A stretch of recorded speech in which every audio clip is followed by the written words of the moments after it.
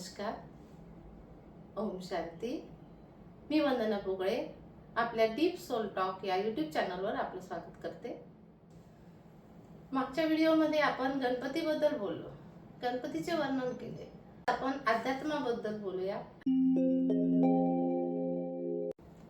अध्यात्म म्हणजे काय? आत्म्याचं अध्ययन म्हणजेच अध्यात्म. हे तर आपल्याला कळलं. आत्मा आणि शरीर या दोन गोष्टी आहेत. आत्मा शिवाय शरीर नाही, शरीराशिवाय आत्मा नाही, आणि या दोन्ही गोष्टी एकत्र येतात. आत्मा असेल तरच त्या शरीराला महत्व आहे. शरीर हे 5 तत्वाचं आहे आणि आत्मा ही मन, बुद्धी आणि संस्कार. 3 गोष्टी आत्म्यामध्ये आहे.